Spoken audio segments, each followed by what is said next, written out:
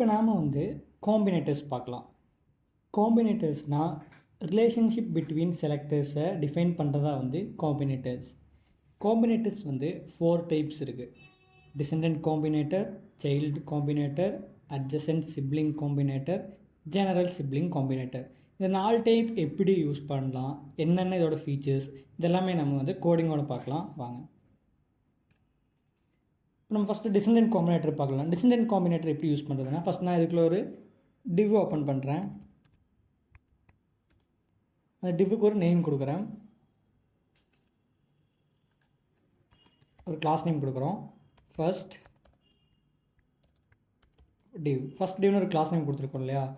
இனி இந்த ஃபஸ்ட் டிவ்க்குள்ள என்ன இருக்க போகுதுன்னா, ஒரு பேராகிராஃப் டேக் கொடுக்குறேன். இது வந்து பேரா 1. இன்னொரு பேராகிராஃப் டேக் கொடுக்குறேன், பேரா 2. ஒரு H2 கொடுக்குறேன், ஹெட்டிங் 1. மறுபடியும் ஒரு பேராகிராஃப் டேக் கொடுக்குற மாதிரி இதுக்குள்ள ஒரு டிவ் ஓப்பன் பண்ணுறேன். இந்த டிவ்வுக்குள்ளே என்ன கொடுக்குறேன்னா, ஒரு பேராகிராஃப் டேக் கொடுக்குறேன். இன்சைட் டிவ்னு அந்த பேராகிராஃப் டேக் கொடுத்துருக்கேன். இப்போ பார்த்தோம்னா இந்த டிவ் இது வந்து இந்த டைரக்ட் சைல்டான ஃபஸ்ட் டிவ்வுக்குள்ளே தான் இருக்குது. ஓகேவா.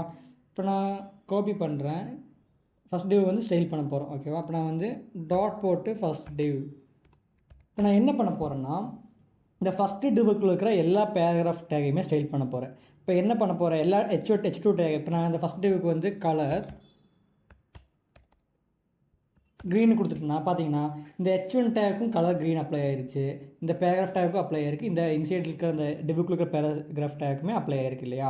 இப்போ நான் என்ன சொல்கிறேன்னா, எனக்கு வந்து எல்லா டேக்குமே அப்ளை பண்ண வேண்டாம், எனக்கு வந்து ஃபஸ்ட்டுங்கிற டிவ்வுக்குள்ள இருக்கிற பேராகிராஃப் டேக்ஸ் மட்டுமே எனக்கு அப்ளை ஆனால் போதும்னு சொல்கிறேன். ஓகேவா.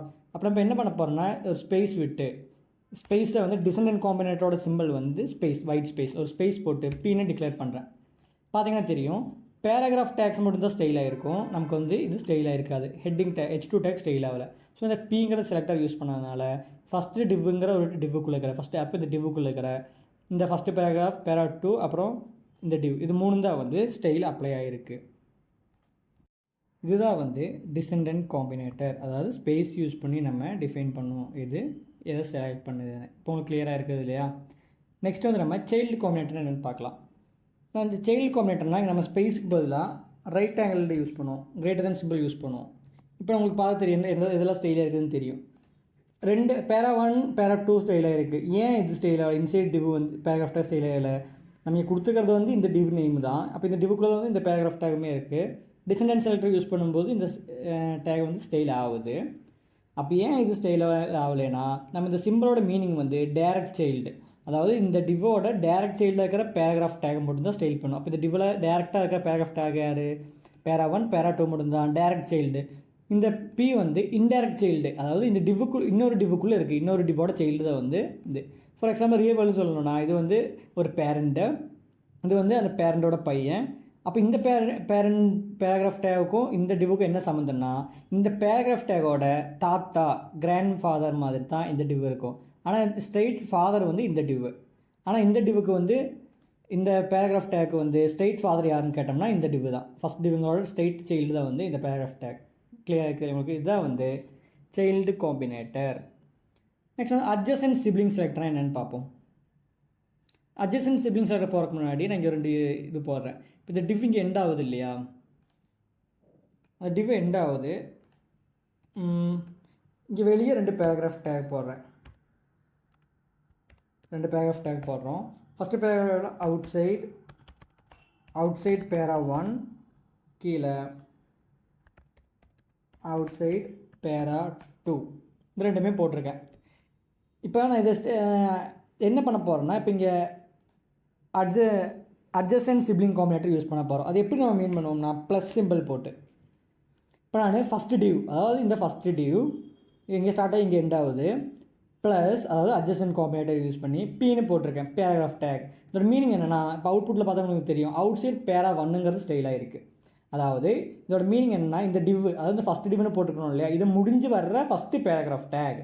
அப்போ இந்த டிவ் முடியுது இல்லையா, இங்கே டிவ் முடிஞ்ச வர ஃபஸ்ட்டு பேராகிராஃப் டேக் இருக்குது, இங்கே இருக்குது. இப்போ நான் இங்கே வந்து ஒரு H1 டேக், இந்த பேராகிராஃப் டேக் கூட H1 டேக் கூட நான் போடுறேன்.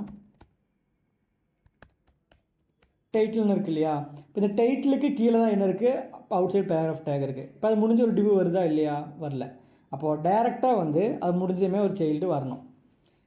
அப்போ இந்த பேராகிராஃப் டேக் எப்போ ஒர்க் ஆகும்? டேரெக்டாக இங்கே இருந்தால் மட்டும்தான் அந்த பேராகிராஃப் டேக் அந்த ஸ்டைல் அப்ளை ஆகும். அவுட் சைட் பேராவான் அப்படி இல்லாட்டி அந்த ஸ்டைல் வந்து அப்ளை ஆகாது. ஏன்னா இந்த டிவ் முடிஞ்சு டேரெக்டான ஒரு பேராகிராஃப் டேக் வரல, என்ன ஒரு H1 டேக் வருது, அதனால் அந்த ஸ்டைல் உங்களுக்கு இம்ப்ளிமெண்ட் ஆகலை. ஓகேவா? அப்போ நெக்ஸ்ட்டு வந்து ரிமூவ் பண்ணுறோம். அப்போ அவுட் சைட் பேரா 1 இருக்குது. அப்போ இன்னொரு கோஆர்டினேட்டர் என்ன? இப்போ அட்ஜசன்ட் சிப்ளிங் செலக்டர் உங்களுக்கு என்னென்னு புரிஞ்சிருக்கும். இன்னும் வந்து ஜெனரல் சிப்ளிங் செலக்டர், அதோட மீனிங் வந்து இந்த மாதிரி தான் இருக்கும். சிம்பிள் வந்து இந்த சிம்பிள் யூஸ் பண்ணுவோம். அதாவது நம்ம டேப் கீக்கு மேலே ஒரு சிம்பிள் இருக்கும், ஷிஃப்ட்டை ஹோல்டு பண்ணி கிளிக் பண்ணோம்னா இந்த சிம்பிள் வரும். இப்போ இதோட அவுட்புட் பார்த்தீங்கன்னா உங்களுக்கு தெரியும், அவுட் சைட் பேரா 1. இதோட மீனிங் என்ன? ஃபஸ்ட்டு டிவ் முடிஞ்சு வர்ற எல்லா பேராகிராஃப் டேக்குமே ப்ளஸ்ஸு பார்த்தோம், அதாவது அட்ஜசன்ட் சிப்ளிங்ஸ் காம்பினேட்டர் பார்த்தோம், அது வந்து ப்ளஸ் சிம்பிள் போட்டிருந்தோம். அதோட மீனிங் என்னென்னா ஒரே ஒரு பேராகிராஃப் முடிஞ்சு செலக்ட் பண்ணோம். பட் இந்த காம்பினேட்டர் யூஸ் பண்ணும்போது, ஜெனரல் சிப்ளிங் செலக்டரோட இந்த சிம்பிள் யூஸ் பண்ணும்போது, இந்த ஃபஸ்ட்டு டிவ் முடிஞ்சு வர இதோட எண்டுக்கு அப்புறம் வர எல்லா பேராகிராஃப் டேக்குமே ஸ்டைல் பண்ணும். இங்கே நம்ம மறுபடியும் ஒரு H1 டேக் கொடுத்து பார்க்கலாம். பார்த்தீங்களா? அது ஜெனரல் சிப்ளிங் கொடுக்கும்போது டேரெக்டாக இருக்கணும்னு அவசியம் கிடையாது, எங்கே இருந்தாலுமே இது அப்ளை ஆகும். ஓகேவா? கிளியர் ஆச்சு உங்களுக்கு? இதுதான் வந்து காம்பினேட்டர் ஸ்டாப்.